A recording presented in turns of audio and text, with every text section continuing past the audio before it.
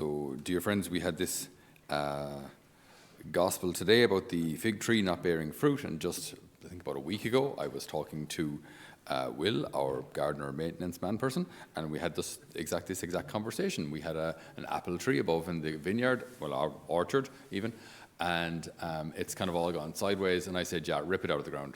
It's ridiculous. I mean, look at the state of it. Like, it's covered in briars and covered in grass. And Will said, maybe I can straighten it up and dig around it. And I said, no, cut it out of the ground. He said, well, give me one more year and maybe it'll bear fruit. And I said, well, if Jesus said, okay, one more year, so it is. Great. But it is an interesting gospel because again, like, Jesus has this incredible way of communicating profound things in simple stories. Parables which the church has been reflecting on for 2,000 years and will continue to do so for centuries. There's such depth to them. So what is the Lord saying about this? Like, who is the fig tree? You and I. We're the fig tree. And the Lord comes to the fig tree and he expects fruit. Now, we know very little about fig trees because our amazing climate here won't really support them. But apparently, fig trees produce fruit twice a year, and even before the fruit is produced, the wee buds that they have, the little buds before the fig becomes a fig, even they can be eaten. So that they're like sweet little balls of goodness. I don't know, but basically, like they're supposed to give an awful lot of fruit. That's why they're a very beloved tree where they grow, because they give tons of fruit. So when you come to a fig tree for a whole year and find none, that's 2 crops that it hasn't produced. So it's a failure at that point. Like, I mean, if any crop that you plant, any apple tree that 2 years in a row produces no apples, then you chop it down. Like, so there's a profound message in this for you and I. When the Lord comes to us, he expects to find fruit. Okay, so let's look at 2 aspects of this. Again, we always have to, in anything in our spiritual life, we always have to balance it. Okay, so you kind of look at the 2 extremes, and the 2 extremes are what we avoid, and then the truth is in the middle of the extremes. So, does that mean that our lives must be about visible fruit, and we must be building buildings and converting people and baptizing people, otherwise our lives are useless? Of course not. That's one extreme, activism. Let's not do that. The other extreme is our lives are about absolutely nothing but like holding our little faith to ourselves preciously and just adoring God privately. The Lord himself sends us out, Great Commission, Matthew 28, go therefore make disciples. So he's sending us out. So our faith isn't an entirely private thing we just keep to ourselves, nor is it that our lives must have lots of visible fruit either. Both extremes have to be avoided. So the truth is in the middle. Our primary vocation is our own sanctity, our own vocation, our own walk with the Lord. I can't change anybody else's mind, and I can't change anybody else's behavior. If I try to do so, that's called being a dictator. We'll try to avoid that. That's one of those other extremes we avoid. The only person whose behavior I can change is mine. The only person whose will I can master, with the help of God, is mine, is me. The only person who I can directly affect is me. Everyone or anyone else I can be an example to, I can be a teacher to, I can encourage, I can try to clarify what we do or why we do it, but ultimately it is their choice. So that's the reason I say this is because at times good parents are very, very concerned about their children, and then they feel like a complete failure. Again, they're looking kind of for fruit in their own lives. I pray or I go to Mass, and now my children don't. So then is that like being unfaithful to this gospel? That's a bit too simple. Parents can't directly control their children, especially once they're over 18. You can force them to go to Mass. I'm not really sure if that's effective, though. I mean, will forcing them to go to Mass keep them going to Mass? Maybe not. Probably not. What should keep us going to Mass? Why should we go to Mass? What should our motivation be? It's quite simple. Jesus. Well, Jesus is the answer to most of my questions, yes. But ultimately, faith. Yeah, faith in Jesus, belief in Jesus. I go to Mass because I believe what's happening here. That's why I go. I don't go to Mass because My mom will be offended if I don't. I go to mass because dad will be angry if I don't. It's not a great reason to go. I mean, you're only counting down the days then where mom and dad won't be paying attention, or you're off in college, or you go live abroad, and then you stop going to mass because mom and dad aren't there to give out to you. So it's never going to be a long-term solution just to go to mass to please someone else. So ultimately, we should go because we have faith. Faith precedes the sacrament. Faith first, and then because I believe in what the sacrament is, then I receive the sacrament. No point in receiving a sacrament with no faith. What does that even mean? It just becomes a social, cultural expression of, graduation from primary school to secondary school. Let's have a sacrament, confirmation. That's not what they're for. They're not milestones. They're moments of grace, moments of profound encounter with God. Okay, back to the topic. So parents whose children don't practice, there are many influences in a child's life, not just the parent. There are also friends, there's also culture, there's also like the country that we live in and the mentality. All these things obviously will affect your child, not just you. What's your job? Well, your job is to become the best mother, best father, best Christian that you can, best disciple of Jesus that you can. So overcoming our own vices, practicing virtue, trying to live a consistent prayer life, rooting out whatever tendencies or habits that are there that aren't of God. And then try to lead your family in doing the same. Again, you're not the only influence, and even saints had sons and daughters that didn't follow a saintly path. So it's not always guaranteed. But our job is to give an example. The only person I can directly influence when it comes to sanctity is me. And then the second part, the Lord does want us, where possible, to bear fruit.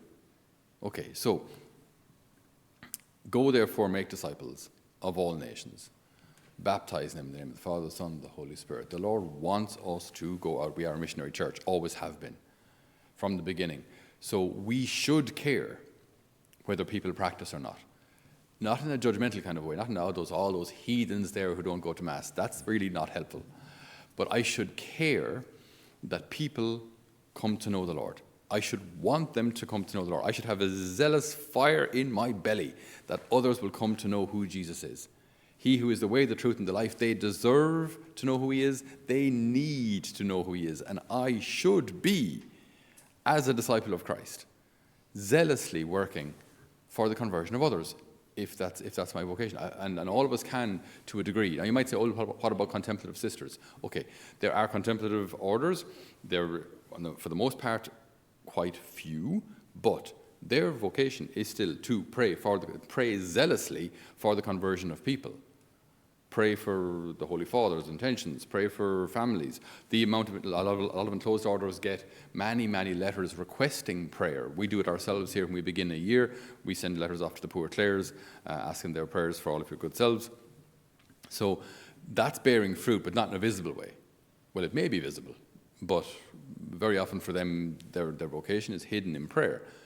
But it still bears fruit. Do they see the fruit? Maybe, maybe not. I'm thinking also of Charles de Foucault. He was a French,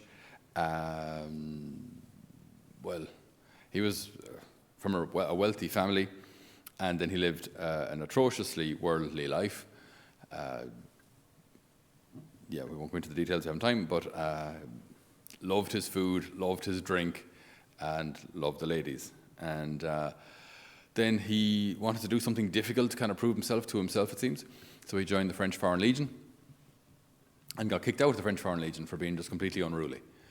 So he came back home, and through the influence of a sister or a first cousin, one or the other, a lady in his family, he converted and had a profound conversion experience, crying out to the Lord, Lord, if you're there, show me. If you're there, show me.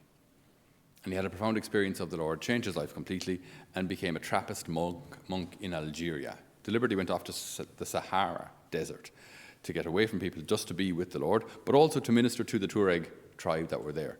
Now, this is Algeria, mainly Muslim, quite a difficult place to be. Obviously, the environment is seriously challenging. You're actually living in the actual Sahara Desert. Conditions couldn't be more challenging. But then also culturally, you're dealing with a very, very different mentality, and you're a white European. So not so easy. Ultimately, he was actually martyred there, having baptized no one. And it's, you think, well, in the gospel today, now go and bear fruit, and what's he doing then in a desert? After his death, many communities hearing the story of his life were inspired by his spirituality, inspired by his prayer. There were a number of communities directly formed because of his actions, a sister's branch and a male branch, and 17 other religious communities claim to be part of the Charles de Foucault spiritual family. That's 19 communities in total, 19 religious communities. So we won't always see the fruit of our labors in our life, but that's not what the Lord says. The Lord doesn't say, go therefore and make disciples that you may see the fruit in your lifetime. It's go therefore, it's like do what you can now, and maybe your job is cleaning the rocks out of the field. And the next fella's job, the next generation, is tilling the soil. And the generation after that plants the seed. And the generation after that reaps the crop. But if you didn't clear the rocks, the fella couldn't have plowed it, the other fella couldn't have sown, and the other fella couldn't have reaped the crop. So it starts with my fidelity today in the way that the Lord asks me. Why do I do this? Because out of zealous love for the Lord, love of Christ urges us on, as St. Paul would say. The love of Christ urges us on. So we want people to come to know the Lord. Not because we think we're better than them. Firstly, because the Lord asks us to do so. And secondly, because hopefully, with the help of God, we have experienced what it's like to live a Christ-centered life. So if you have a passion for something, if you have a passion for healthy food or something like that, you want people to know the beauty of lettuce, which is a really hard job to convince anyone of the beauty of lettuce. But, salad, how amazing salads are, and they're healthy, and they're good for antitoxins, and do you know what I mean? You should try a salad. You should really try one. Give it a shot. What do you think? What do you think? And you're zealously promoting salad, right? Because you think this is good for other people. It's strange then when we come into our faith and we can be so cagey about mentioning it in the public sphere at all. And yet, I'll step out into the public sphere and promote salad, but I won't promote Jesus. You know what I mean? I won't stand for Jesus. Or, Jenny, you should come playing golf. You should come play hurling. You should come box in a boxing bag. It's just great to release the energy, And we have no problem inviting people to these kind of things. But when it comes into our faith, we're, it's a private thing. I do just. And we're so cagey about speaking about Jesus. And then there's this expression which those who aren't particularly fond of Jesus will use, which is, you're shoving your faith down my throat, which is the most ridiculous expression ever. You witnessing to what you believe isn't shoving any faith anywhere. Me saying I like golf, or you're shoving your sports beliefs down my throat. Janie, ease up. I'm not shoving it. I just said golf is great. So I say in the public sphere, you know what I mean? I love my faith, and I think my faith has been a huge blessing to me and my family. You're shoving your faith down my throat. No, I'm expressing an opinion. You're entitled to express yours too, but you're not entitled to say I'm shoving my faith anywhere because it's not factually correct. That's just you saying you believe in, or I like a certain party, or political party that is. You're shoving your political beliefs down my throat. No one would say that. But some immediately apply that to the faith, which then is supposed to shut you up because you're not supposed to talk about the faith in the public forum. People don't actually have the right to shut down your opinion about the faith because you're not shoving any faith anywhere. You're just saying you like something. Just like you can say you like Bon Jovi. You're shoving your musical beliefs down my throat. It's atrocious. It's interesting when you apply that to anything else, it doesn't work. But it is applied to faith all the time. And the reason for it is it's to shut down religious debate or even to shut down ministry or mission. We shouldn't accept that. Very calmly, I'm not shoving anything anywhere, I'm just expressing an opinion. You're entitled to yours too. So, for 3 years now, I have been coming looking for fruit on this fig tree and finding none. 3 years, 6 crops, not there. Cut it down, why should it be taken up the ground? Cut it down. We have a limited amount of time to do good. We have a limited time to witness the Lord here on earth. Our missionary ability is limited. And the Lord does want us to use it while we have it, because a time will come when we won't have it anymore. We'll either be too aged, or too sick, or not here anymore. So we have a limited amount of time to bear fruit. That's why it's so important for all of us to know our faith and to witness to it while we can, because we're not going to be here forever. And when we stand before the Lord, He will ask, what have we done with the gifts that He gave us, with the abilities that He gave us, with the wealth that He gave us, with the health that He gave us? What have you done with it? And with the help of God, we'll be able to say, Lord, I used what you gave me to build up your kingdom, to make you known and loved. I did my best to change and transform my own heart with your grace, to be a person of virtue, to be a selfless person, to be a serving person, to be a person of love. I tried. I'm very limited and I failed often. But Lord, have mercy on me, a sinner. And that's hopefully good enough. But if at the end of my life I say, Lord, you gave me all these gifts and abilities and talents, but I didn't really want to, offend people. So I just thought I'd just keep them all to myself, and it was easier, it was more comfortable, and it was more popular. And the wealth you gave me, I made a comfortable life for myself. And the health you gave me, I took up golfing, and it was great. I think we may have missed the point then of this kind of a parable. What we have been given isn't for us. All of my abilities are given to me for the good of others and for the building up of the Lord's kingdom. So we ask the Lord today to fill us with missionary zeal for the salvation of souls. And if that means a little awkwardness, Jesus is worth the awkwardness.